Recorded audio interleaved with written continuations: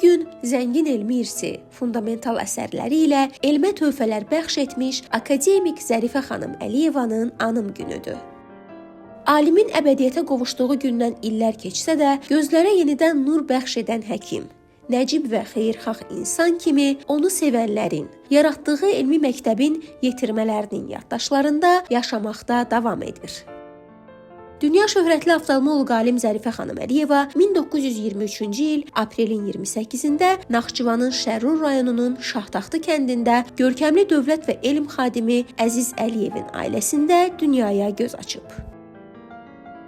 İşığa həsrət qalan insanların dadına çatmaq arzusu onlara həssas münasibətdən irəli gəlirdi. Sonralar əldə etdiyi uğurlar çalışqanlığı və zəhmətsevərliyi ilə yanaşı, həm də bu insani keyfiyyətləri ilə bağlı idi. Alim xəstələrə doğma münasibəti ilə onları zülmətdən qurtarmaq üçün əlindən gələni əsirgəmirdi.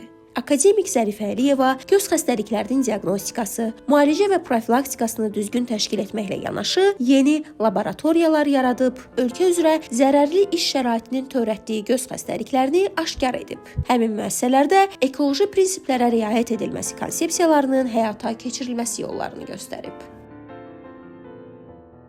Zərifə Əliyeva görmə orqanının peşə patologiyası sahəsində aldığı mühüm elmi nəticələrə görə SSR Tibb Elmləri Akademiyasının Akademik Averbach adına mükafatına layiq görülən ilk qadın oftalmoloq alim idi.